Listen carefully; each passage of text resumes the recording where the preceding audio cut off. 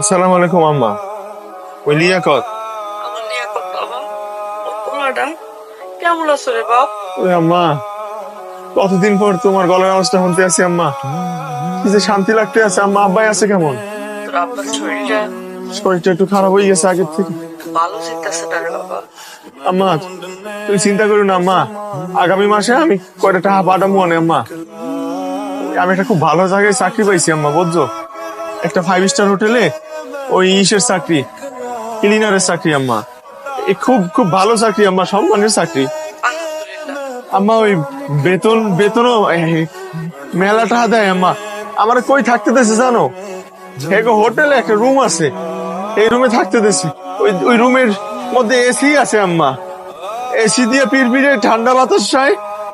আর আম্মা ঘুমটা এত ভালো হয় আম্মা, তোমার আর আব্বার কষ্টই যাইতেছে না। বাড়িতে তো অনেক গরম পড়ছে।